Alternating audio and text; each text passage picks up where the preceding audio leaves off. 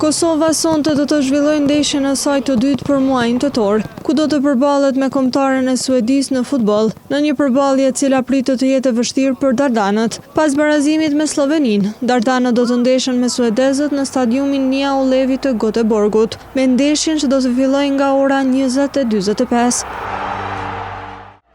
Suedia këtë fazë kualifikuese e ka nisur me rezultate negative, pasi që ka grumbulluar vetëm 1 pikë në 3 ndeshjet e para. Nga ana tjetër, Kosova pas humbjes në ndeshjen e parë, ka regjistruar 1 fitore dhe 1 barazim. Vendasit e kërkojnë me ngulm fitoren e parë, ndërsa Kosova ka udhëtuar në Suedi me synimin për të mos u mposhtur. Atmosfera pritet të jetë e zjarrt në Göteborg, ku tifozët shqiptar nga Kosova dhe jo vetëm, pritet të jenë të pranishëm në numër të madh për të mbështetur ekipin e Kosovës.